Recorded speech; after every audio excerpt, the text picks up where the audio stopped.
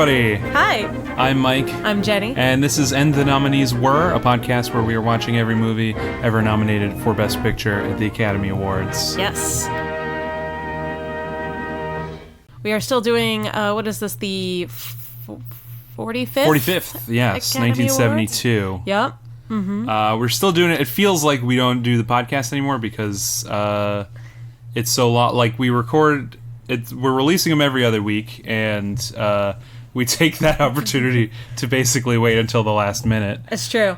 To watch just any other kind of movie, basically. Bikers are out. Yeah. The Akira gang came. Yeah, and it's very different from when we did the last miniseries where we were watching just 5 movies a week, it felt like. Yeah. And every episode had 2 movies in it, and... Yeah, well, it's a different time. You know, it's summertime when we're recording this and releasing them, and in summertime, it's just harder to watch movies at home, I feel like. I saw this tweet, someone was talking about how they just went to go see a new movie, and they could just hear the other movie from next door just bleeding into their theater, and it was like... why did I pay $12 to see this movie? This is why people just stay home and watch movies in the quiet of their home. And all I could think, were like, quiet? Yeah, I was like, what? as a motorcycle drives by. As a motorcycle is driving by. There's no such thing as a quiet movie at home for... I have to imagine anybody that lives in the city. Yeah. It's a little bit better if you're living on, like, the 10th floor or something like that. You don't get too much of the street noise. Right. But there's still, like, especially in summer, either it's a nice-ish day and we don't have the air conditioning on and we have the windows open and then you can just hear everything outside and then you have the light coming in from outside. Or it's 85 degrees on and we have to have the air conditioner and a fan both on high, and sometimes I even have a third fan on. Yeah. And it's just there's noise everywhere. It's ridiculous to watch a movie. Yep. And then you have to turn the volume of the movie up to 50. Yeah. And then, if it's a Michael Mann film, then somebody fires guns. Yeah, just one gunshot is louder than anything. And the volume of the gun is 85. Yes. But luckily, the movie we watched this week, it was subtitled. That's true. We didn't have to hear it at all. But we still wound up turning off the fan, yeah. You still want to hear everything that's going on. You still got to get the nuances of the performances and things like that. Yeah, that's true. Yeah, it's nuts. Although I will say, even though I like the performances in this, and I don't know how I feel about this argument, but I don't totally disagree with it. Yeah. I hear the arguments a lot that Americans just don't know how to judge performances in other languages. Because we have no idea how how people are actually delivering their lines. Well, it's true, but you can tell when they're delivering them with passion, or they're acting with their face or whatnot. Right. It's tough because you don't have the thing there where you can say, well that line reading didn't sound authentic to me. There's not that, but you can still tell when people have emotions and things like that. Yeah. Like, but all I'm saying is that in another language, it's very hard to tell the difference between, James Dean yelling, "You're tearing me apart," or Tommy Wiseau yelling it. I mean, I guess. They're both trying very hard. Well, they're both trying very hard, but I feel like the main difference, the main difference is that Tommy Wiseau is not a very good actor. But apart from that, what's also funny about that is that every line that anybody says in the room is dubbed in post-production, pretty much. That's true. And so, and anything he said when he was really angry on set, he just sort of says completely listlessly in the post-production. That's why the line, "I did not," is so funny, because he's clearly saying, "I did not!" Yeah. But he forgot that he did that when he was recording his lines again. And just had to match it the amount of time. Yeah, and those are the performances that are hardest to judge in foreign films, like in certain countries where just everything is dubbed post-production, like in Hong Kong movies up to a certain point, or Italian films from the 70s. And a lot of those Italian movies are not very good to start with. Right. So you're not really watching them for the acting. You're watching them for true. the grisly murders and, Right. and the lurid colors. Yeah. And, I do love the colors. Oh, the colors are wonderful. I watched a Lucio Fulci movie the other day, which I didn't really love. It's called The New York Ripper, but there was one scene that was like backstage at a sex show. It was a really weird thing. It was literally people having sex on a stage, and people paid to go see it. And this was supposed to be like in Times Square, New York, and I don't think this ever happened. But like, I believe it. Yeah, it's possible. They did have all those signs on 8th Avenue that, well, that would be like live sex. Yeah. Couldn't have all been lying. That's true. But it's like backstage, and this, the woman who is performing gets killed in her dressing room. And for some reason, I don't know if it's even like diegetic in the thing, her room is just bathed in green light, presumably like from the neon outside, but I don't think you ever see a light. And so it's just all green all the time. And there's this wonderful shot where like the door has been closed to her dressing room, and it's like all dark. You can kind of see still what's happening, but then someone comes in and just opens the door a crack, and then the room is just bathed in the green light again, and it's insane. It's wild. I really enjoyed that. The rest of the movie, not so much. Okay, fair enough. A lot of murders and boobs, and Yeah, fair enough. Yep. But anyway. Today we were talking about The Emigrants. Yes, that's true. Yep. It is how long? 3 hours long? It's 3 hours and like 1 minute. Long? No, it's okay. It's just over 3 hours. Okay. Well, that's it feels 3.5 hours long. I'm just gonna put that out there to start with. Not in a bad way necessarily. It just felt like I was watching just a mini series that was just gonna keep going forever. Yeah. Well, one of the things that I like about it is that it feels like it's cut down from a much much longer thing, but like not even like a 6-hour miniseries. It feels like it's cut down from like just a 24-hour. It feels like it's cut down from like 7 seasons of a TV show. Yeah, there were points in this movie where like I'm pretty sure just entire years pass and there's really nothing to tell you that it's happened. Yeah, there's, I think maybe my favorite, the thing that stuck most in my mind about this movie is there's, right towards the beginning of the movie, well, I guess we should set up what the movie is. Let's talk a little bit about what this movie is first. So it is a Swedish-language movie. Yeah. Which interestingly was nominated for Best Foreign Language Film the year before this? Yeah, well, okay. Well, the rules for foreign language film, it's basically any country can nominate any film that they make. They pick the movie and they submit it to the Academy, and then the Academy whittles it down to 5 movies. And because of the uncertainties of foreign film releasing in the United States, it's not tied to like a movie's release in the US or anything. In fact, I feel like a lot of times a good amount of the foreign films nominated for Best Foreign Language Film don't really get a release in America, at least not in any until real. After they a lot of times it's afterwards, and so then that basically happened here. It was nominated by Sweden.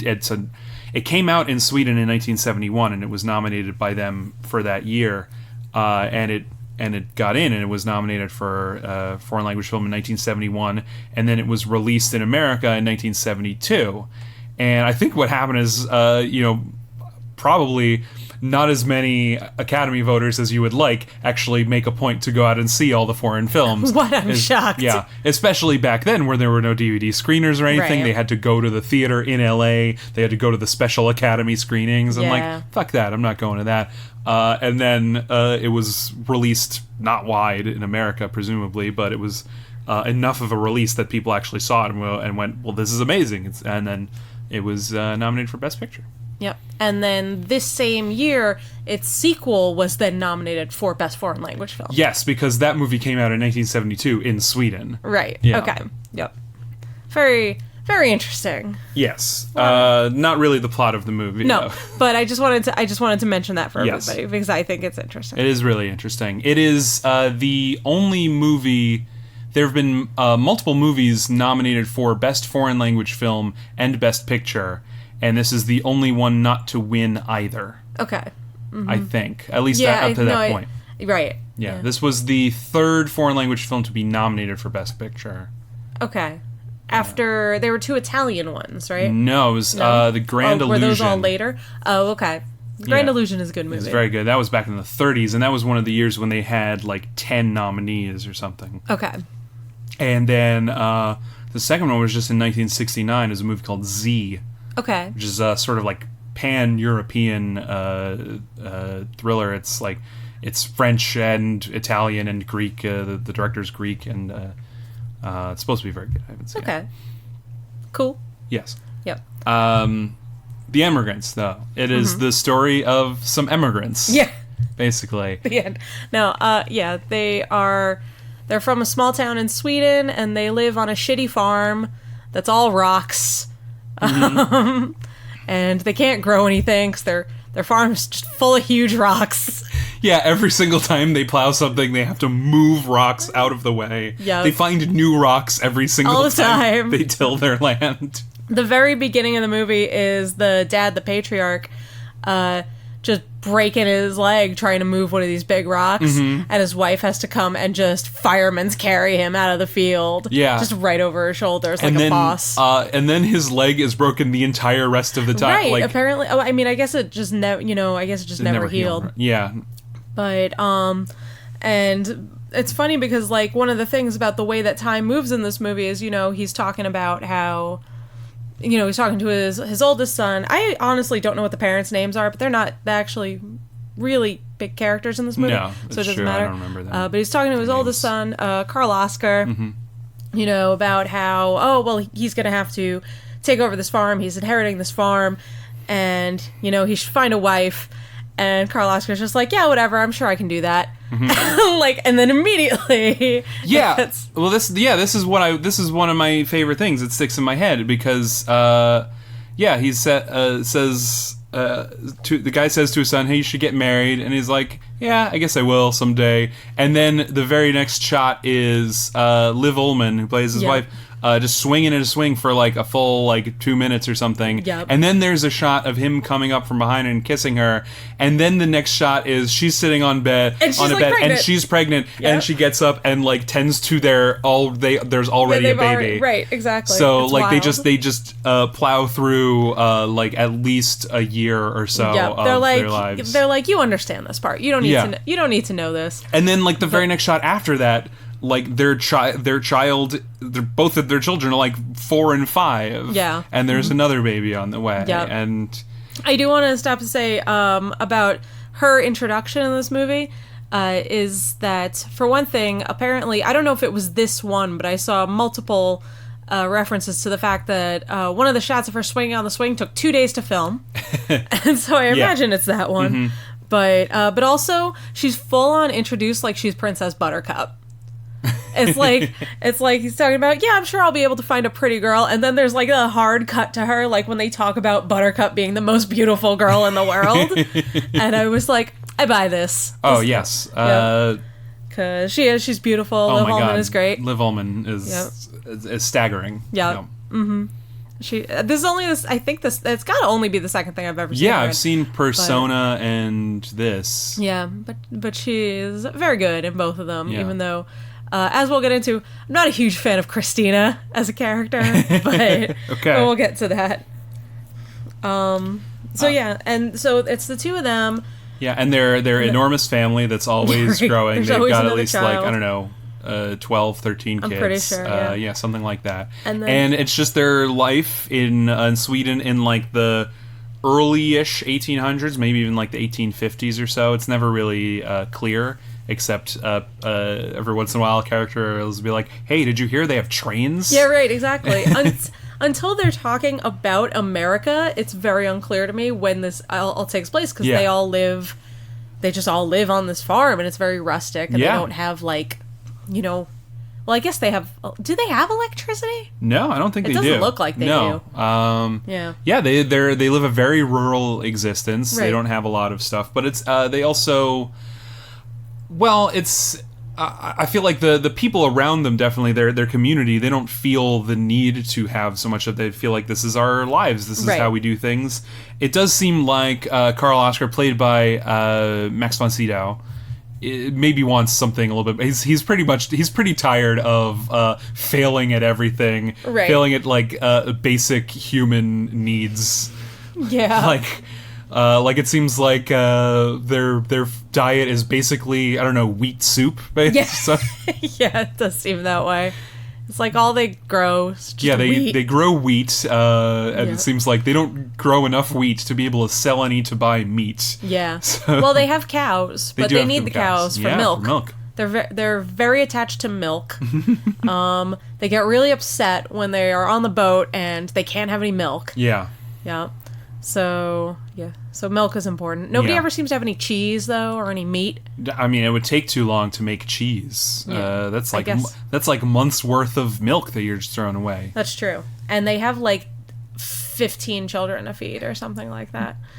But yeah, so there's the two of them, and then there's also Carl Oscar's younger brother, Robert, who, because they're a poor family, he basically gets sold as a farmhand to some jerk. Yeah, and he's not very good at No, being a he's farmhand. not. He's basically a lazy bones. He is. He likes to read. Yeah, he likes to read. He seems to be very smart. It seems like he might be the only person who knows how to read. It does, in yeah, his, it does sort of community. give that impression, but then, like, where did he learn it? Yeah, I don't know. You know, somebody had to teach him to read. But yeah, he likes to read books about America and Yep. like science and stuff, and just sit by rivers. Yeah, right. Those seem to be the things he's interested in. Yeah. Which, like, I identify with that. Yep.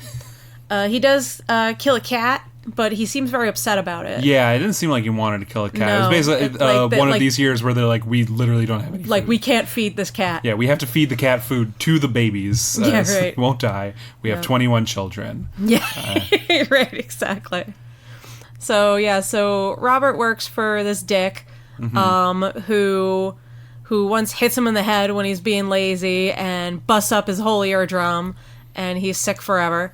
But he has a best friend who's dumb, named Arvid, right? Yeah, Arvid. Yeah, and he's a gentle soul. The terrible lady that they work for told everybody in the town that he fucked a cow, and so nobody likes him because because of that. So they all want to get out of here. Basically, they want to get out of Dodge.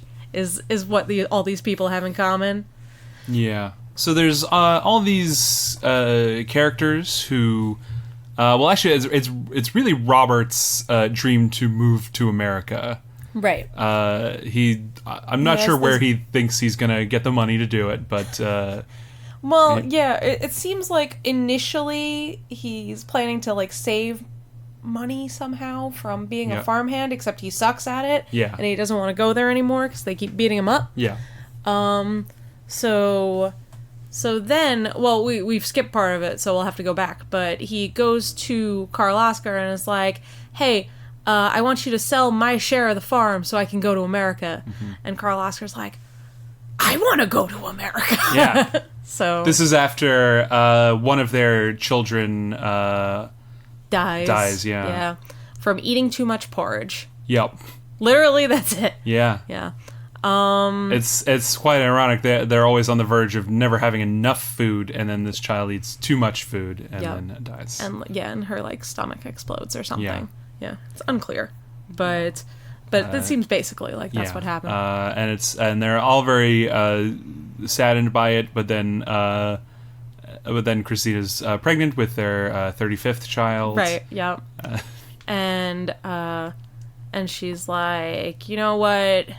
Fuck it. I guess we can go to America. Like, she's just tired.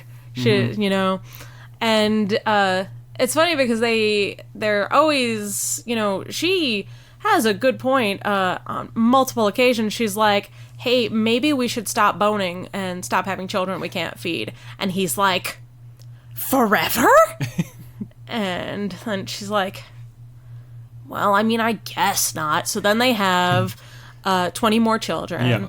Yeah. But all the time she's just always like, you're blaming me for having these children when I wouldn't be having these children if you wouldn't stop sexing me. Yeah. And he's like, I never blamed you for having these children. Like, I like our children. Yeah. We just have a lot of them, and I point it out every once in a while. Right. Yeah. But she does have a good point that if he's going to be stressed out by how many children they have, maybe they should have a little bit less sex. It's true. I was very interested in their relationship in this movie, Karl Oskar and Christina, because they skip the entire courtship, right? And, like how they know each other, yeah, wooing and everything, and you're kind of left with the impression that like, there was a free woman and a free man, and like they just get together because that's kind of what you do. Yeah, you just make more humans, and that's about it. Yeah, and I think it's very interesting that at no point, I don't think either of them ever say that they love each other, but they clearly both care for each other a lot. Right. And I just thought it was interesting because it's so different from a modern relationship, even a more traditional one. There's still like a sense that you should like be madly in love with each other, and I don't know if they would ever say that about each other. Right. It's just like, yeah, I like her. She's right there. She's all the time. We take care of our children. She's great. Whatever. Yep. It's like, she's pretty. She takes care of her kids. She works on this shitty farm, and yeah, she's good. I like that girl. Yeah. And it does feel like a lot she gets kind of upset about maybe not being appreciated. Right.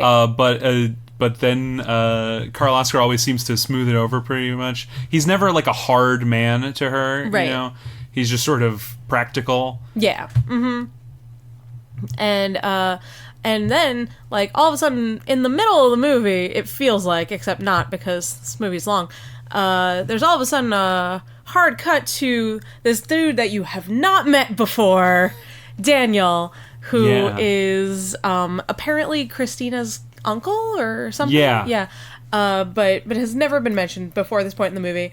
And he is a preacher, but he is not allowed to be a preacher. Yeah, he basically invented his own Christian sect. Yeah, basically. And has been preaching to people without seems like without the state's approval. It seems like religion is tied very much to the state of Sweden at this point. Yeah, it seems to be like a class thing. Mm-hmm. Like and he's in the couple of scenes introducing Daniel, he like brings these accusations against like the town priest of like corruption, basically. Yep. Mm-hmm. Like selling. They sell wine or something like out of the church. I guess I don't know, and take bribes and I don't know, all sorts of stuff. Yeah. And they are mad at him because one of the people that he's giving his communion that he's not allowed to give to is a former prostitute, and they're like, you're consorting with these unclean women, and she's like, her name is Ulrika, and she's wild. I loved her. She's a wild character. But she like gets all up in the priest's face, like you should be able to talk, you can't call anyone unclean when you come to me with your unclean pecker or something like that. Like, tremendous. Yeah. What a lady. Yeah, and I love the way this happens. It's basically following Karl Oskar and his family for like 45 minutes, and then it like fades to black, and then up comes like a title card. Right. Like it like literally like a title, and it's like I don't even know like what it's called. Like the trial of farmer Daniel Alfredson or something like that. And it's like this little 15-minute short film. Yeah, just in the middle movie, of the and movie. It even feels like a different movie. Like it's like everyone's emotions are so much more heightened. There's a lot of yelling. It's the camera work is even different, kind of, and it's just wild. And then it like fades to black again, and then like talks a bit more about. There's like a just explanatory text about how he was sentenced, and stuff like that. And then just he like knocks on the door of just shows up in the main plot. Yeah. Yeah. But anyway, but they're like, yeah, I think we should go to America too. And then eventually there's a good amount of them, and they all are able to sort of pool passage together on this ship. Yeah, they hook together like a wagon train, essentially. And drive like a horse cart down to the coastal town.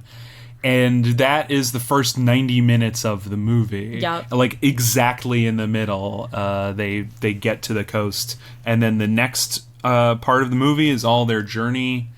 It's all their journey, really. Yeah, that's true. Yeah, they're on this boat for a long time. And it's terrible. Yeah. Yep, everybody is just crammed into these little holes in the bottom of this boat. Everybody sleeps like 2 or 3 three in a bed. Bed. And they're separating families and stuff. For some reason, Carl Oscar has to go sleep with his brother, and his whole family has to go sleep in some other room entirely. Yep. And it's just an awful trip. There's lice, and there's and Christina blames Ulrika for bringing the lice. Yeah, because she hates her because she was a prostitute, apparently. Yep, and Ulrika's like, "What? I have lice? Show me where I have lice." Yeah, and she just pulls her whole top off. She's like, "Find the lice," and Daniel's there like, "No, don't give in to pride." Yep. But she's so angry. She's like, "She's accusing me of bringing lice. I want her to kneel to me and apologize." and Christina's like, "I would rather die." Yeah. And it's like, These ladies are real stressed out, honestly. Yeah. Oh, yeah. Everybody's tensions are running high for very good reasons. Yeah. We all say some things. It's when we're covered in lice, we all say some things. Yeah. When like the old man dies right next to us. Yeah. The people die on this boat, and they just gotta chuck them into the ocean. Yeah, it's wild. Daniel's wife dies. Mm-hmm. Like, she gets, I don't know what, scurvy maybe or something like that. I'm not really sure. I think she says, but I can't remember what it is. Scurvy. Yeah, and she doesn't want him to know because like, he's convinced that because they are Christians and because of their belief that, one, they won't get seasick. Yeah. And then they all do, except Ulrika. So he thinks that she's like touched by God, apparently. And also that when they get to America, they'll all be able to speak perfect English. Yep. Yeah, he's a real zealot, and he really doesn't have a lot to back it up with. No, he's just like, but we believe so hard. Just believe. It's interesting because I feel like whenever you see a character like that in movies, for the most part, they're like they're a charlatan. They're right. Like trying to bilk people out of their money. But he is a real true believer of this he's kind just of nonsense. And like, it's kind of good because it would be one thing if you're just like, oh, this dude's crazy and this is gonna suck for everybody, but like, he means well. He's not like doing anything bad with this this devotion that the people have that like decided to follow him to America.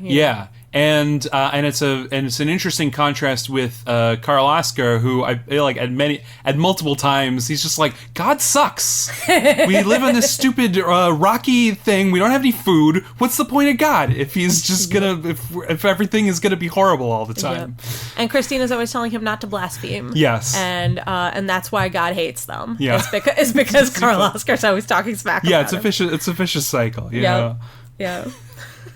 And then Christina gets sick a couple of times. First she gets seasick, and she's like, oh my God, I'm not going to make it. I'm going to die on this boat. And Carl Oscar's like, don't be such a goddamn drama queen. and then she gets better. And then she gets sick again, and we don't know what it is, but just blood is just pouring out of her nose for no reason for like what seems like 2 days. And she's like, nope, this is it.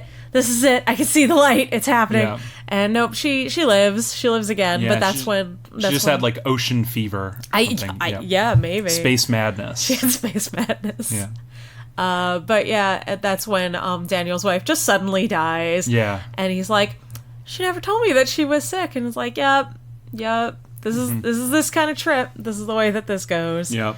So and they have a nice ceremony for her. It's interesting because someone else dies towards the beginning of this boat trip, and you see like the deckhands and stuff come like wrap them in a cloth, and then just they come back and they don't have her anymore, and so clearly they just dumped them off the side of the boat.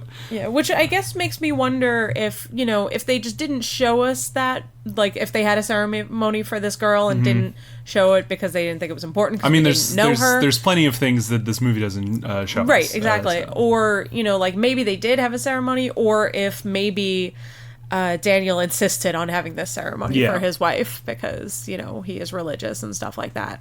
And yeah, I don't know. There's a speech, and he's sad, and then they throw her off the boat. Yeah. So yep. Which I mean, I keep saying that like that's weird, but that's how you do like, things. Really, it's the only solution. Yeah. When you're on a transatlantic voyage or whatever. Yeah.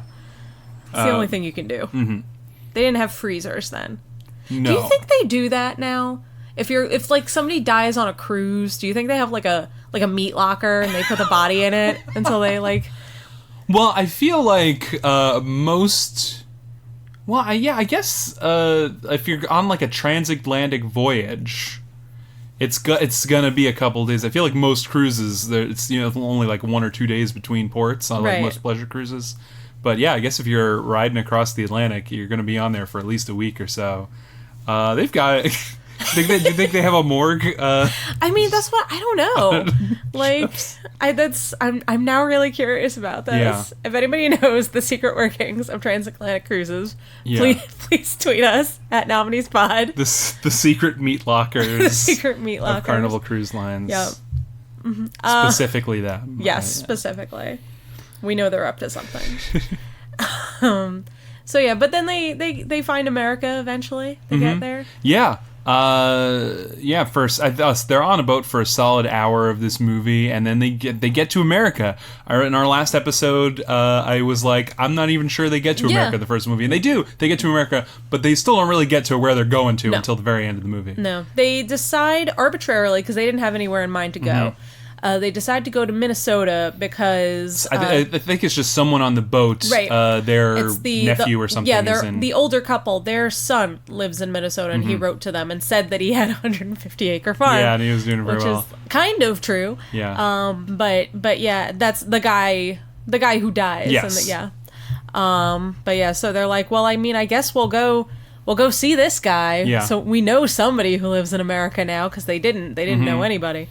Yeah, they take a big long train journey and then a steamboat. I was going to say riverboat, but they're probably going across a Lake Michigan or something. Yeah, that's probably true. And it's slightly better than the boat, but it's still not great. Nope. Is it on? Well, when they're on the train, they run out of food. Yeah, that happens. And then there's a good scene on the riverboat where they're given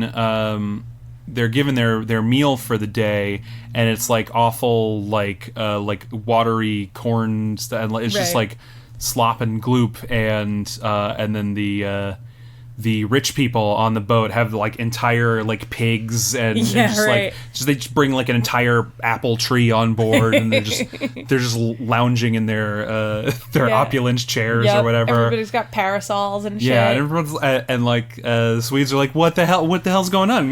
Can we get out of this food? And they're all upset because they've been pitched America as this place where there is no class system, right? Exactly, where you can make something of yourself, where you can be somebody, and someone says something, I think, to Robert, is like, didn't you tell me like they didn't have rich people, they didn't have aristocrats in America? And he's like, they do, but like you can become one. I think. Right. Is basically what he said. He's like, well, I guess they've just been here long enough to get rich. Yeah. Yeah. Which is like fair a little bit, honestly. It's a little bit how it works. Yeah. Mm-hmm. But and then Daniel's baby gets sick while they're on the riverboat, and so they just bum rush the rich people's like food delivery to because they need milk and eggs and stuff. They need to feed this baby, but it doesn't work, and then the baby dies. And Daniel is like, well, he's just so chill about it. He's just, I mean, he's sad, but he's so chill. He's like, well, God, you know, you said not to make idols of anyone, and I idolized my daughter, so, like, fair play to you for taking my daughter. Yeah. I'm like, oh, okay, all right. Oh, and not speaking of which, but can we comment on the fact when, on the boat, when, like, you know, Christina and Ulrika have this, like, tension, they hate each other and stuff, there's at least one scene where they're both, you know, the people are going to and from the galley because they have to take turns, you know, cooking and stuff like that. And Carl Oscar and Ulrika, like, brush past each other, and she, like, kind of is, like, gives a, like, she's a very attractive woman. She gives him a little smirk, and I'm like, oh, don't bone that lady, Carl Oscar. Yeah. Do not do it. And then it never comes up again. Yeah, so, I don't think he does. No, I don't. I don't think he does. But it just made me wonder if it was a dangling plot point, if it was going to come up again. I don't know. It might be. There's plenty more movie to come. Although I should say that, you know, there's these movies. It's The Immigrants in the New Land, but they are. I mean, I haven't seen The New Land yet. We haven't, obviously. Yeah, we didn't want to watch it before we recorded this episode because we didn't want to mix the plots together into one big stew of plot. But my understanding is that they do really feel like two separate movies. Okay. And like this does feel like a complete film to me. Yeah, even it though, does. Like it ends, and you're sort of feeling like this is the beginning of another story, right? But it does feel like an ending. It feels like, you know, it doesn't feel like you need the sequel. Yeah. The fact that there is a sequel kind of makes you go, oh well, I wonder what happens next. What horrible tragedy befall these people next? Yeah. But it does have an ending. Like, yeah. Oh, so, but back on this, you know, this tension that the two women have. So when they're getting on, like, they've gotten off the boat for some reason, I don't remember what, a stopover probably or something. Pee break, whatever. Right. And they misplace one of their 85 children. Yeah. And almost like have to miss the boat because, like, Christina's like, I'll have to stay behind. I have to find this baby. And Carl Oscar is also concerned, but I feel like his attitude is almost a little bit like, we have 84 more children. He's literally he's like, we can't stay here. The rest of our children are on the boat. And so it seems like, you know, he's gonna get back on the boat, and she's gonna stay here and look for this one child. Yeah. And then Ulrika comes running up with the baby, like in her arms, and she's like, we're just hanging out.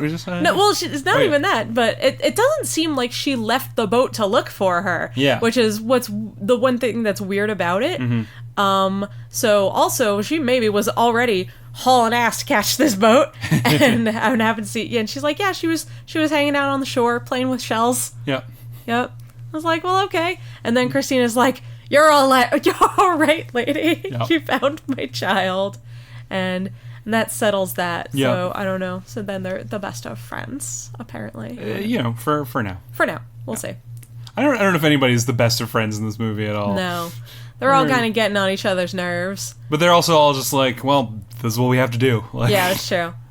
Yeah, and then they finally get up to Minnesota, and they go see this couple's son. Well, actually, they don't even know that it's him. They're just like knocking on a door, like, how do we get to this town? Right.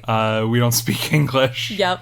Yeah, Robert's got this book of English, but he, you know, he doesn't speak very well. He doesn't speak it very well.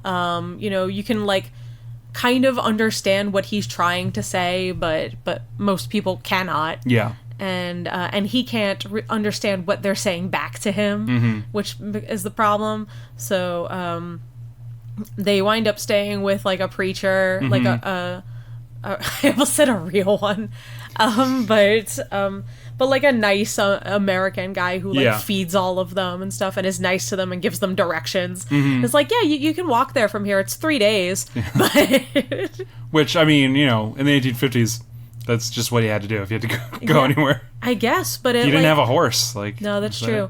It kind of made me wonder how this guy wound up living there in the first place, though. Yeah. You know, well, you know, what made him decide to walk for 3 days from the nearest town? Well, the area that at least Carl Oscar and family are living in seems to be just as remote. I guess that's you true. know, like I feel like they describe it as being on like the outskirts of this town, which is like itself pretty like one of the more remote in that region. Right. Whatever.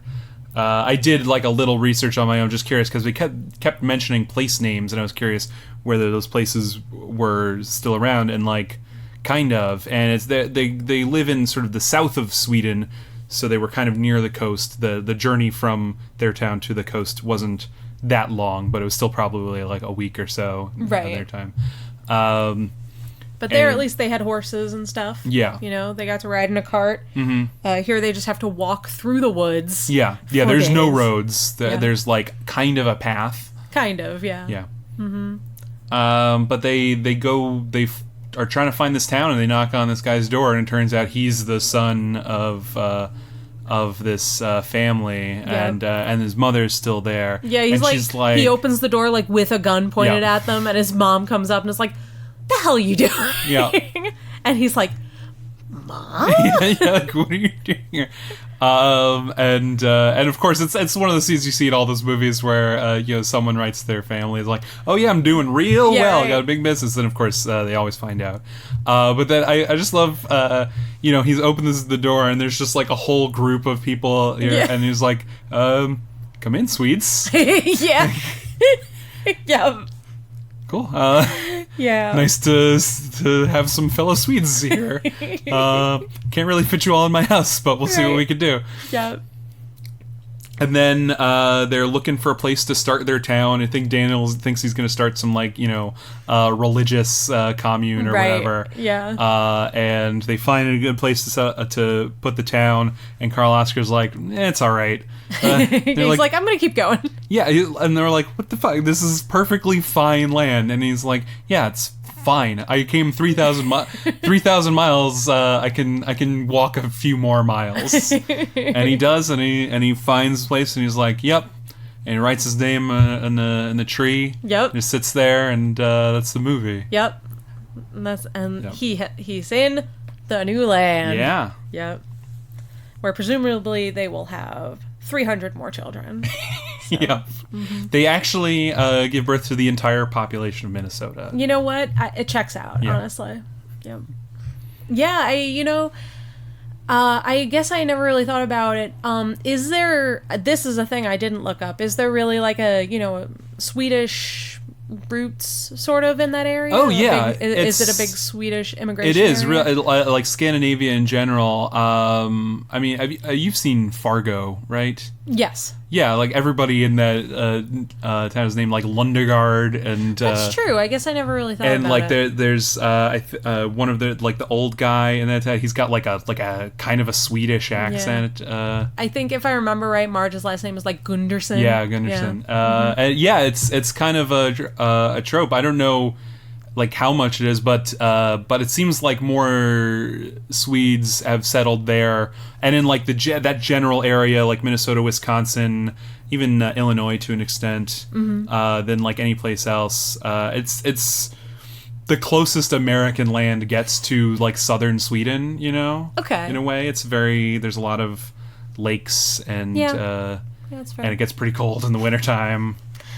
I read that when they were filming this movie, they couldn't find a spot in America that was both undeveloped enough and could support filming.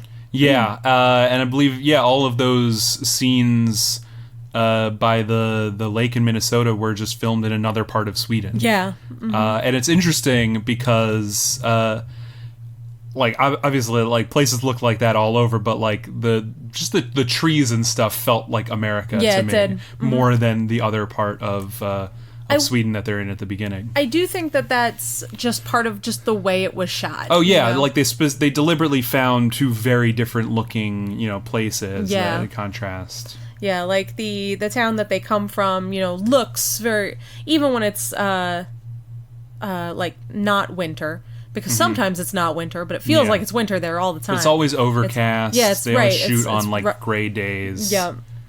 And then when they are in this, American and when they're supposed to be in Minnesota, everything is very like pink, you know, yeah, or green. And, like, green. Yeah, the trees are very, very green, and it's kind of sunny. It's not portrayed as like this magical land, but it does seem like to have like a different feel, maybe a little bit of a glow about it. Right, exactly. Yeah. Yeah, looks like a nice. It made me want to go hang out by a lake. Yeah, just that last part where Carl Oscar's just like kind of like sits down next to his tree that he's claimed. It just looks very nice. It does. Makes you want to have a picnic. Right? Yeah. Yep. And they have a picnic. They do, in this movie, yeah. Right after they have landed in New York or wherever, and they just have a picnic, which is nice. Because they get to eat real food. Probably for the first time in years. Yup. Yeah, it feels that way. They don't have to just inhale wheat dust instead of eating food. Yeah. They get to have milk. They're very excited about it. Yep. He, like, covers her eyes when he brings the milk, and he's like, smell this. It's milk. Yeah. And meanwhile, Robert and Arvid have an adventure in, like, the worst, most hellish-looking market in the world. Like... Yeah, Arvid is just sort of, like, staring at this drunk passed out in the alleyway, and is, like, getting close to, like, poking him something. And then the guy wakes up, and then they're like, and they run away. Yeah. Yeah, when they first land in America, it is somewhat portrayed as a bit of a hellhole. Yeah, it's true. It's not better than where they were before. No. But they have a nice picnic, and then they get on a train, and they hate the train. Yeah. They hate the train ride. They can't open the windows or anything. Right, yeah. And have you ever been on a train with, like, no air conditioning and you can't open the windows? I haven't. I've never taken a long train ride. No, that's not true. I've taken the longest train ride I've ever taken is, like, 4.5 hours or so. It's awful. It messes with my head. Yeah. Yeah. It's the air pressure. Yeah. But, yeah. But where they wind up looks nice. Hopefully, it'll. And we didn't mention that Robert keeps talking about how he wants to press on to California. To do what? Who knows? Just he's heard that California is very nice, and you know what? Like, I like to think that he'll get there and he becomes like the first surfer dude on Venice Beach. That's really his ambition, except that doesn't exist yet. He just wants to like live and chill. Yeah. And not have to work too hard. I would have actually. I guess this is fair. He's never because I was like I assumed he would become like a beat poet, Yeah. But he never seems to show any interest in like writing. He just likes to read a lot. He likes to know a lot of things. Yeah, it's interesting. And then tell other people about them, so he can see. Not necessarily so he can seem smart, but probably that's part of it. But yeah, like a lot of characters like that, they would have like a secret creative soul or like be yearning to do something, and he doesn't really have a yearning to do something. But he also, I don't know, he doesn't feel like just a complete shit to me. No, it seems like he wants to see things, yeah, new things. He just wants to experience new things, and like I totally sympathize with just not wanting to just be the person that everyone expects you, Yeah. Like there's no alternatives, right? It's like he knows he doesn't want to be a farmer. Yeah. And so and like everyone community that everyone's around him is like literally everyone farms. Yep. No one does not farm. Exactly. Like you have to be a farmer. Yeah. And he's like, I don't like it. Yeah, they are all essentially too, they're like sustenance farmers. Yeah. They're not like selling there's never any scenes at like a market or anything. Maybe they sell some. I mean, you never see any indication that they could survive for 1 year on what they have. So clearly they're doing something, but we don't really know what it is because it doesn't really matter. That's true. Mm-hmm. Yeah, I assumed that in their town, like everybody barters. Yeah, it has that feel. Like I'll trade you this oxen for 3 buckets of milk. I don't know. that would be a terrible trade. Yeah. That would be poor. But a poor deal. Yeah. Well, like Robert is supposedly getting a salary from this farmer, but like, what could he possibly spend it on? He gets like room and board there, right? And like, I mean, I guess he buys those books. Yeah, that's true. he gets that he has that natural science book, but he gets that book about America. Yeah. And then, later on when they're traveling, he buys that book of English and stuff like that. So he must have the money still. I don't know. Yeah. We didn't talk about how he was a fugitive, too. Yeah, that's true. He's like basically sold to an extent to this farmer, and he runs away after he's like beaten severely. He runs back home, and they hide him. They get him to like another house. I think I don't even remember. They talk about that. They talk about him going to stay with Christina's parents, who live in a different town or district or whatever. I don't know if that ever actually happens though, or if they just kind of give up and they're like, well, we're going to America anyway. Let's just hide. Yeah, I don't really remember how that's all resolved. Yeah. But yeah, I guess that was the movie. I really enjoyed this movie. I liked it. I couldn't say I really enjoyed it. But I liked it more than I expected to. There were parts of it that I was just like just put these people out of their misery. Just end their suffering. It's fun. Like there is so much like hardship in this movie, but at least to me, it didn't ever feel like misery porn. It didn't feel like I don't know, like some movies. Like the first thing that came to my mind was the movie Precious. It seems like they're just like heaping shit upon shit on like the main character just to watch him suffer. Right. And it didn't feel like that to me. It felt very realistic. That's like it true. felt like everything that could go wrong was going wrong. But you could say that about any movie. It just happened that like this was life or death stuff because it was at this time. Yeah, like it makes sense that their lives in Sweden would have had to have sucked so bad for them to want to get on a boat for I don't know 9 months or whatever to go to. Actually, I guess it couldn't be 9 months because Christina did not give birth on this boat. That's like I true. Assumed that she would. But it was at least I feel like someone said like 10 weeks or something like that. It was a while. It was a couple months that they were on a boat. Yeah. Yeah, it's your life has got to be pretty bad for you to go pick up everything and leave everyone you know. Right. And try your luck in this new place that you don't know if it'll succeed or not. Yep. But yeah, I love the way that this movie tells this story. These two movies, they're based on a series of 4 novels, 4 Swedish novels. I forget the author's name right now. But these were like big blockbuster novels in like the 40s or so. Okay. And it seems the first novel is about their life in Sweden and then them going on the boat to America, and then the second novel is their journey from when they land until when they get to Minnesota, a period that is about half an hour in this movie, if that.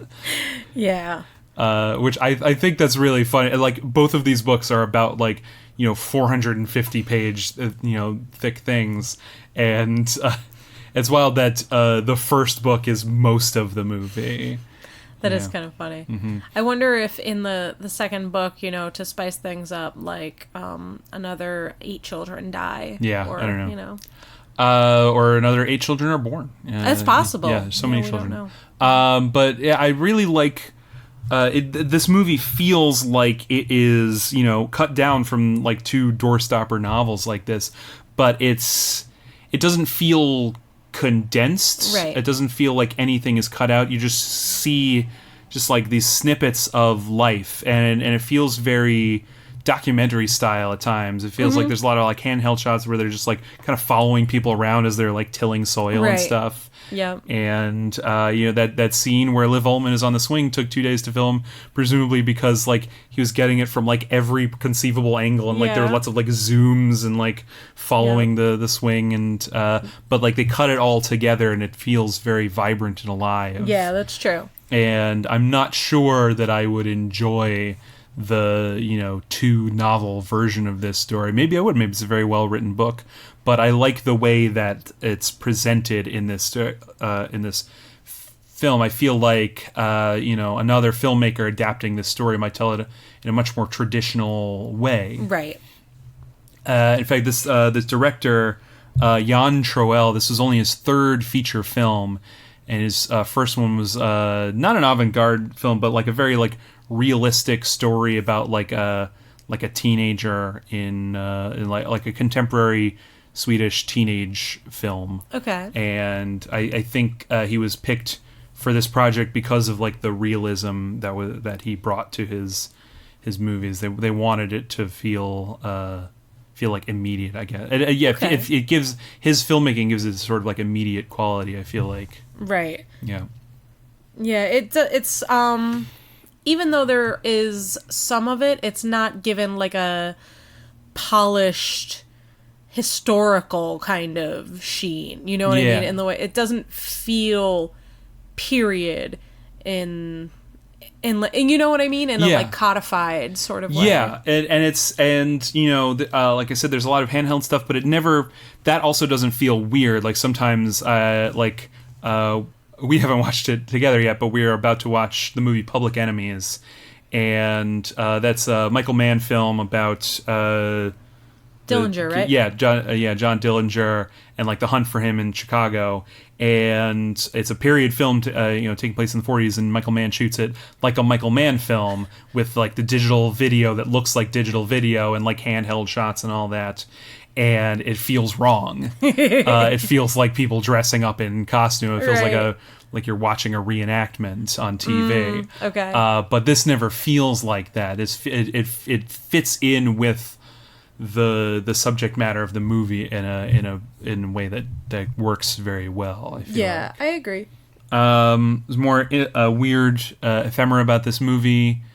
After this movie was quite successful in America, Jan Troell made an American film, which was I gotta find the name of this movie. It's called Zandy's Bride, and it was an American Western where Gene Hackman sends away for a mail-order bride from Sweden, played by Liv Ullmann. Man. Yeah.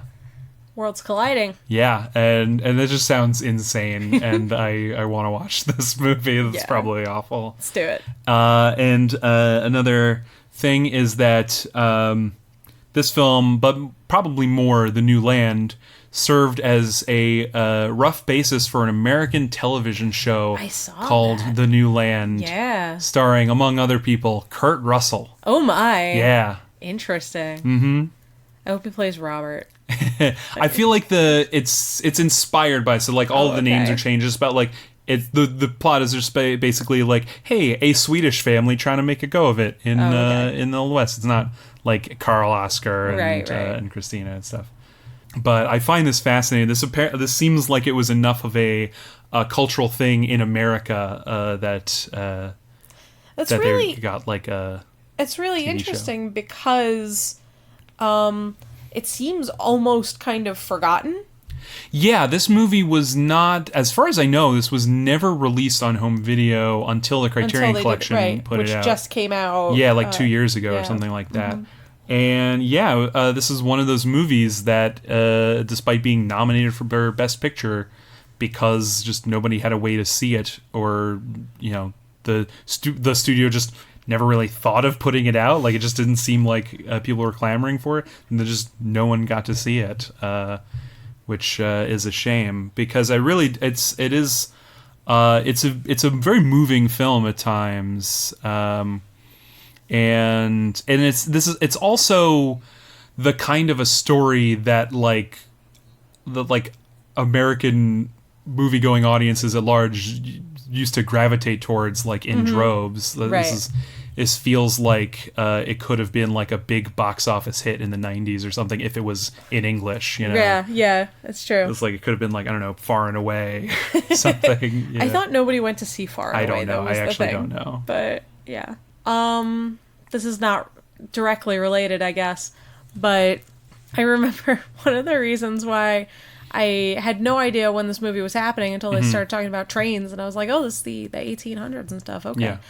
Yeah. Was because my only experience with Swedish immigration was in the Sweet Valley Saga books. Okay. Where the Wakefield's like great great grandmother or something like that comes over from Sweden on a boat. Somehow, I don't remember this exactly, so I may be incorrect.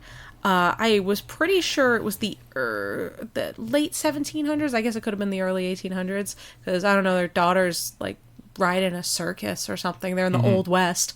But yeah, this girl comes from Sweden and she falls in love with an English guy after she falls off a boat, and he saves her because, you know, and all I could think was, if this happened in this movie, they'd be dead. That person would be dead. You could never find that person. Yeah.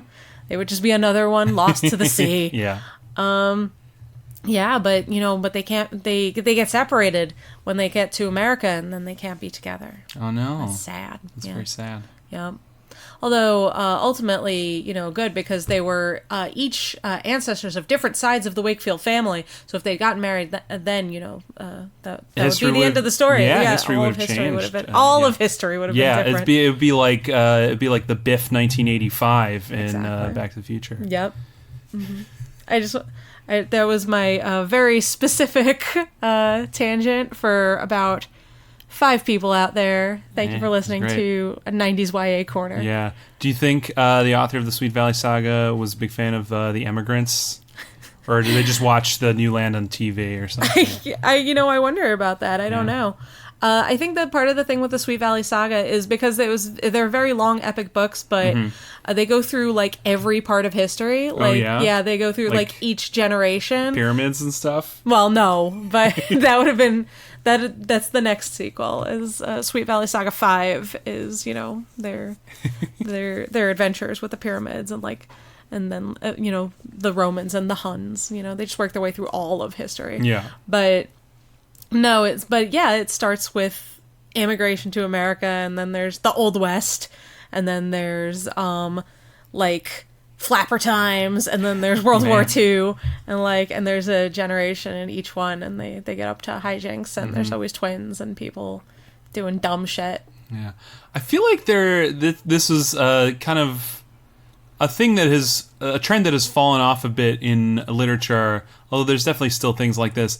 Like, it used to be so popular to write these like epic sagas of generations of one family. Right, exactly. Even though like, what does it matter that these people are related? You know? Yeah. Like, if you're telling a story that spans like 6 generations, like, it doesn't really matter that the person in the Old West is related to the person in the 60s. Exactly. Yeah. But these were very popular things, not just for tweeners like yourself. Yep. I think it's interesting. Hashtag mildly interesting. Yeah. Yep. This feels like one of those things, although the Emigrants does, although I believe the books are just like, you know, this one family over like 20 years or so. Which makes a lot more sense. Yeah. Yeah. Anyway. Yeah. So The Emigrants was nominated for 5 Oscars, Best Foreign Language Film the year before. And then 4 Oscars this year, Best Adapted Screenplay, Best Actress in a Leading Role for Liv Ullmann, Best Director, Jan Troell, and Best Picture. Okay. And, I mean, it seems like it deserved all those things. Yeah, seems fair. It does have some nice, like, cinematography and stuff on there, but there's also a lot of it on a boat. Well... So I can understand it missing it. I don't know. Jan Troell actually does all of his own cinematography for most of his movies. And, let's see, Jan Troell lost to Bob Fosse, which is fair. Yeah. Can't argue with that. No. Liv Ullmann lost to Liza Minnelli. Really, she didn't have a chance. Yeah. Neither of them did. That little powerhouse. What a lady. Yep. And The Emigrants lost to The Godfather. So, you know. Right. Well, this is one of those years. They were like, what do we have that's more epic than this? Yeah. Yeah. We have yet to watch Sounder for this podcast. I haven't seen it all, and we yet to rewatch The Godfather. But this seems like one of those years, which is just like any other year. Like, these movies could have eked out even more wins. Yeah. But just they were up against like the powerhouse of like Cabaret and The Godfather. Yeah. Mm-hmm. Yeah. I I didn't mean to just suddenly come to an abrupt halt, but I just realized I was like, I might not have anything else to say about I mean, this. we've talked about it for a while. It feels like we didn't, but we kind of...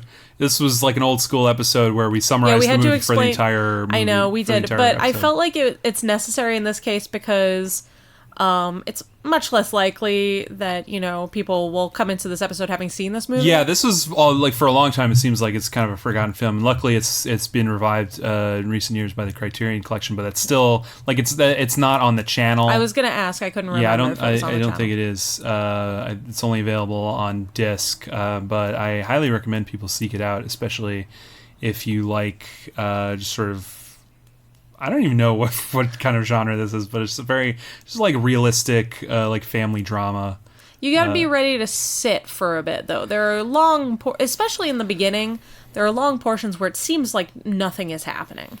Yeah, like I said, you know, it's a lot of like snippets or moments of things, and sometimes an entire scene is just Max von Sydow tilling the soil for 30 seconds, and then that's it. Like, there's nothing really happens, but you're kind of just watching these people living their lives, and I feel like getting that for like a full 90 minutes or so really like it makes the overwhelming misery of like the boat ride. It like endears you to these characters. You know, you got to watch them living their lives a little bit before. It's like. You know, I think about this with in TV. One of my favorite things about TV is like these long 24 episode seasons where you can like live with these characters for a really long time, and then like in a long running show you get to like season 4 or 5 and they have these like gut wrenching moments, like you feel so bad for these characters, and it's really a feeling that you can only get from spending that much time with these characters. Right. And obviously this is a very different thing. It's very compressed compared to 5 seasons of a network television show, but it's the same sort of... For a movie, it has it's the same sort of theory where you're just sort of living with these characters and spending time with them and seeing the little moments, just seeing how they interact with their children and seeing how... Carl, Oscar, and Christina get along together in bed at night, you know, things like that. Like, there's a nice moment where when they're supposed to be leaving, when, you know, they've already packed up and stuff and they're going to America, like right before they're supposed to leave, Christina grabs one of the kids and runs to the barn where they still have the swing is inside the barn, and she and one, you know, whichever child it is. Yeah, I don't even know what any of their children's names are. One of the kids, the one who dies is Anna, I think, and I don't know any of the other children's names. But she just swings on the swing with her kid when they're supposed to be leaving to go meet everybody else, and it's just like you've seen her on the swing a couple of times, and you know, not just her first scene. There's also a scene in the middle of the movie where it seems suspect, like sort of like she's run off to when they're young and married and stuff. It seems like she's gone off to swing when she's supposed to be like milking cows and stuff like that, and the mom shows up and is like kind of gives her the side eye, and she's like, all right, and she goes and she milks cows. but it seems like she just has to do this last time because she's leaving the place where she grew up, everything that she knows. And it's just kind of sum up in this little scene where like she doesn't like say any of this, but she just steals her child and runs off to the swing. Yeah, it's a wonderful moment. I hope they make a swing in the new land. I hope so too. Yeah. There's plenty of trees. It's you know. true. Yeah, I think they could spare a trees. tree. Hopefully they can get some rope or something. Yeah, that's true. I guess we'll find out. I was like, I wonder how they're going to get stuff up there, you know? Yeah, and that could be tough, but like, I think you just build yourself a cabin, you know? Yeah, but like, I guess they're bringing all that. I guess they have all that stuff. They brought all their shovels. Yeah, they didn't bring any, like, you know, cows or anything. They didn't bring any cows. They'll have to find some cows. They'll have to find some wheat to plant. Yeah. Or no, maybe they'll move on to bigger and better crops. That's true. I don't know. What do you grow in Minnesota? Cheese. Yeah, you grow cheese. You grow cheese. This is real Dairyland. You don't really grow stuff there. Yeah, but also they could barely grow stuff in Sweden. That's so true. We'll see. Yeah, I wish them luck. We'll report back on Patreon. Yeah. You'll be able to hear our thoughts on the new land on a Patreon episode. To be released at some point. Right. I don't really know when. Yeah. We gotta figure that stuff out. Yeah, we keep recording these things, but not actually finishing them. Yeah, so. But that means we'll have a big backlog of stuff, to release. Right. But it does mean that we have to start putting it out so that it exists, so that people will sign up. We don't wait for people to sign up and then start putting the things out. That's not true. That's not how Patreon, I know. I'm getting to it. Okay. All right. We had to create our Patreon so ridiculously early. We were not ready. No, I thought maybe like after a year we'd have a Patreon. So it'll take me a year to edit these episodes, and then we'll have them up. That sounds right. Yeah. Okay. I guess next week. Oh yeah, in 2 weeks. Oh, 2 weeks. Sorry. Next episode. The next episode is Sounder. Seems like I don't know too much about it. Seems like one of these boy and his dog dramas. Yeah, that's the things I know about this. Oh, it was basically like a children's book, right? Yeah, I was pretty sure it was a kid's book about a dog. Yeah. I assume the dog dies because the dog dies in all children's books about dogs. Yeah, right. Except in Shiloh, where he gets run over by a car, but he lives. Good for him. Yeah, and enough for there to be a sequel Shiloh season. Yeah. And I know Cicely Tyson is in this movie and apparently rules. Mm-hmm. But we haven't seen it yet. So. Yeah. Mm-hmm. We wanted to give a shout out to Katie. Yeah. Who left us a review on iTunes. Oh, yeah. Yep. I think you are always promising that you are going to do ridiculous things for people who leave us a review, and somebody finally did, and I had to remember to mention it. What was I gonna? You were gonna buy a cheesesteak. Oh. Yep. Well, come find me.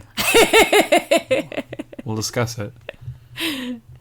Yep. That was my last point of order. That was all the business I had. Thank you, everybody who's listening. Yeah, thank you. Please rate us on iTunes. Leave us a little review. Just because one person did it doesn't mean the rest of you are off the hook. Right. You can follow us on Twitter at NomineesPod, and I know we have more downloads than we have followers on Twitter. More downloads per episode than followers on Twitter. So follow us on Twitter. Yeah. If more people follow us, we might post things that are interesting. That's true. I mean, you always have the ideas for the interesting things, but I'm in charge of the Twitter. That's true. I forgot to do it all the time. I'm so bad at social media in general. I don't understand it. I don't know why I would want to broadcast my thoughts to people. Same. Yeah. Like, no wonder we have a podcast. Right? Yeah. I post dumb jokes on Facebook, but they're so infrequently that like I'm always worried no one will see it anymore because I'm not in because you're not in the algorithm anymore. Yeah. Like months go by between like my one-liners on Facebook. Then that's the entirety of my social media output. That being said, you can also follow us on Instagram at NomineesPod. Leave us an email at nomineespod@gmail.com. We will read your email on the air unless it sucks. Yep.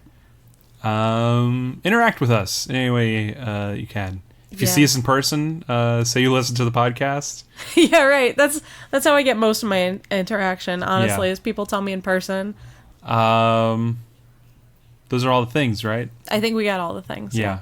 I mean, you didn't mention our website, which is, nomineeswere.podbean.com. Oh, yeah, I haven't done that for weeks. Yeah, I thought we got, like, a real website for a second. Nomineespod.biz. Yeah, right. Yeah. Yeah. No, don't forget to... Squarespace and set up... No, we didn't. Yeah. We don't have that sweet Squarespace sponsorship. Yeah. Don't forget to visit our website, www.imdb.com. That's where we get all of our interesting information. Yeah. That is the end of the podcast. That is the end of episode. Yep. Later.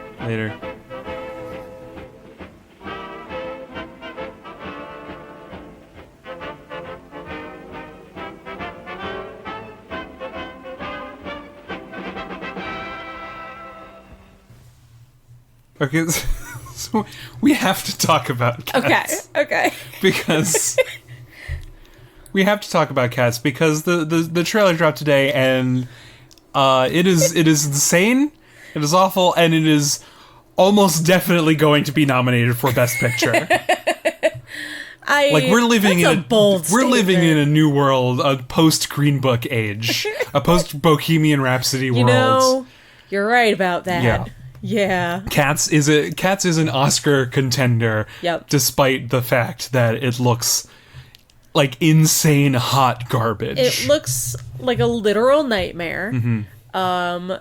Like when you have a dream and something's not quite a cat, not quite a human. I've never had that dream, but I believe you. I mean, I did tell you about how just recently I had a dream that had a baby with an adult head.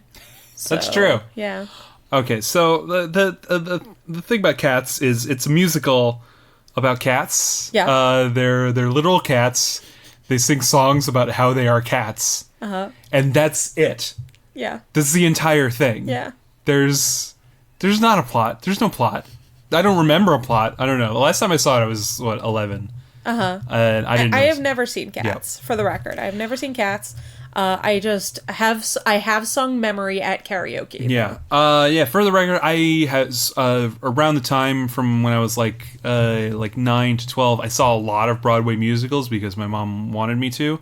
And they have left almost no impression on my mind. You were a child. I don't remember what any of the plots to any of them were. So Cats may very well have a plot, and I don't know what it is. But the thing that I remember about it is that the set is the play takes place in an alley because they're alley cats. Yeah. And so the set is just garbage, but it's huge garbage because they're little cats. Right. And in the middle of the stage, up on the top, there's a giant ever-ready car battery.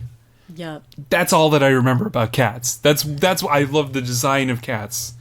And they sing, and it's probably amazing, and I don't know. So this is one of the questions that I had as a person who saw Cats. Yeah. Is the problem, because I said after we watched this trailer that every time that I saw these human cats in human places in cat size, it was horrifying. Yeah. When they were just in an alley, I was like, sure, okay, this is weird, I'm down.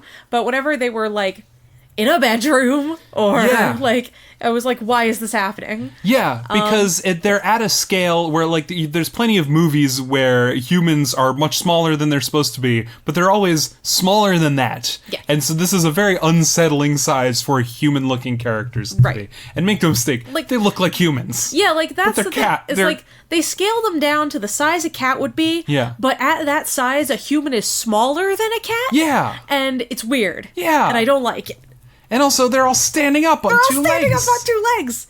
I don't understand. Yeah. Make them walk on all fours. Actually, well, I guess that would make it hard to stage Cats, the musical. Yes. They should get that girl from the viral tweet where she has learned to run like a horse. Yep, there you go. Yeah. Have her do all the choreography. Like a cat. Yeah. Also, the thing about this movie is Tom Hooper decided to give it the aesthetic of, like, I don't know, fucking Tron Legacy or something. Everything is like, there's like neon movie theaters and stuff. Everything is in like a haze. Everything's the like Detective Pikachu aesthetic. Yeah, everything's like in green and pink haze and stuff. And the musical that I saw on Broadway was just like everything was black and gray. It looked like Batman. It looked like Tim Burton's Batman. I mean, it was the 80s. Yes. The aesthetic was Wet City with steam coming out of things. Yeah, it was great. There was, chain link fence all over the place. That's my Cats. What is this Cats? No, I don't have any attachment to Cats. The analogy in my head, because I didn't see Cats, but I did see Rent. And, I literally could talk 4 hours about Rent and all of its problems. Mm-hmm. But one of the things that I think, one of the many problems I think of the movie compared to the show is that the show just kind of, it takes place in Alphabet City, but it doesn't have a set. They just have scaffolding that they move around to give the vague impression of things. Yeah.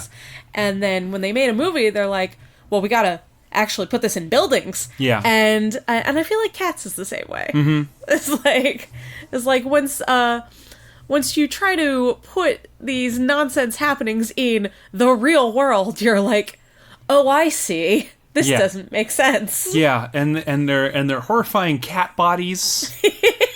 Where they have fur but it doesn't actually look like real fur. Like, you watch, like, I don't know, Monsters, Inc. or something, and they got hair down pat, you know? Pixar knows how to do hair. This doesn't look like hair or fur or anything. They got these glossy bodies. Except Fat Rebel Wilson cat, who has fur. Yeah. Why is she the only one with fur? She also, like... Okay. Also, like, Jennifer Hudson looks like she's wearing a big fur coat. Yeah. Like, she doesn't look like a cat. Mm-hmm. She looks like she's in the musical Cats. Yeah. Also, like, clearly they filmed all these actors in, like, leotards and, you know, cat suits. Yeah. And so they're wearing these skin tight things. When you put that on a human body, you get, like, outlines of boobs. Yeah. And stuff on cats the don't have boobs. Yeah, and so, like, you see Rebel Wilson, and she's got, like, sort of the formation of boobs on her chest, but they don't look like human boobs. And Right. cats don't have boobs. Right. And I don't understand. Yeah. I cannot believe I talked about cat boobs for 30 seconds just now. This is the world we're living in now. Oh, man. The Cats trailer has ruined my brain. I didn't think of this until now, but I just thought, I wonder how DeviantArt feels about the Cats trailer. Oh my god, this movie was made for DeviantArt. This is DeviantArt come to life. Yeah. No, it's not, because the cats don't have enough boobs. That's true. They should have... I'm just imagining they have like 20 boobs all over their body. Oh my god, cats. And it was directed by Tom Hooper, who has directed an Oscar-winning... The King's true. Speech won Best Picture. Yep, yes and it did. Les Mis was nominated. And I'm not entirely sure he has directed any other feature films. I genuinely don't know. I don't know. That might be it. He directed the John Adams miniseries, and like his films are so aesthetic. There's so much going on, and it's never quite good. Okay. I thought you liked The King's Speech. I like The King's Speech, but kind of in spite of everything about it. Okay. In spite of everything about the visual design of the film. It's like a good story that is told in a very strange way.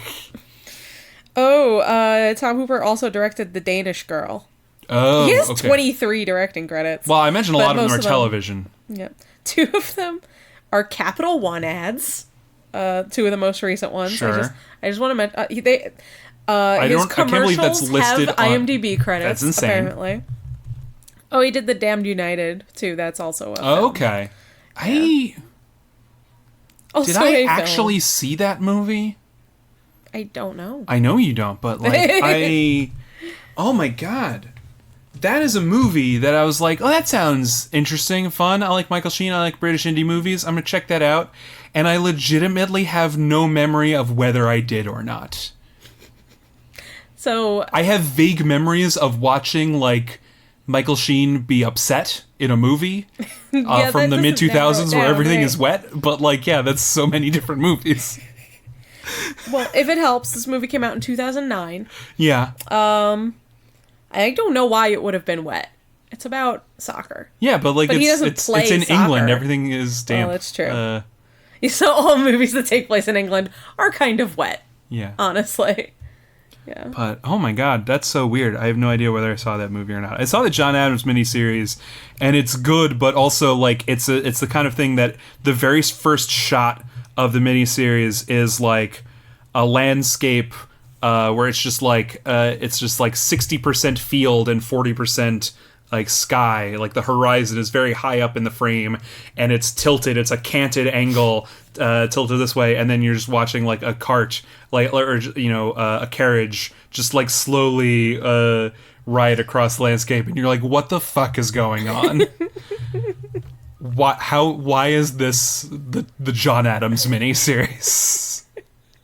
And everything is like dirt and mud, and I mean that was the style at the time. I know, but there's so many Dutch angles in that, it's insane. Tom Hooper is a crazy man.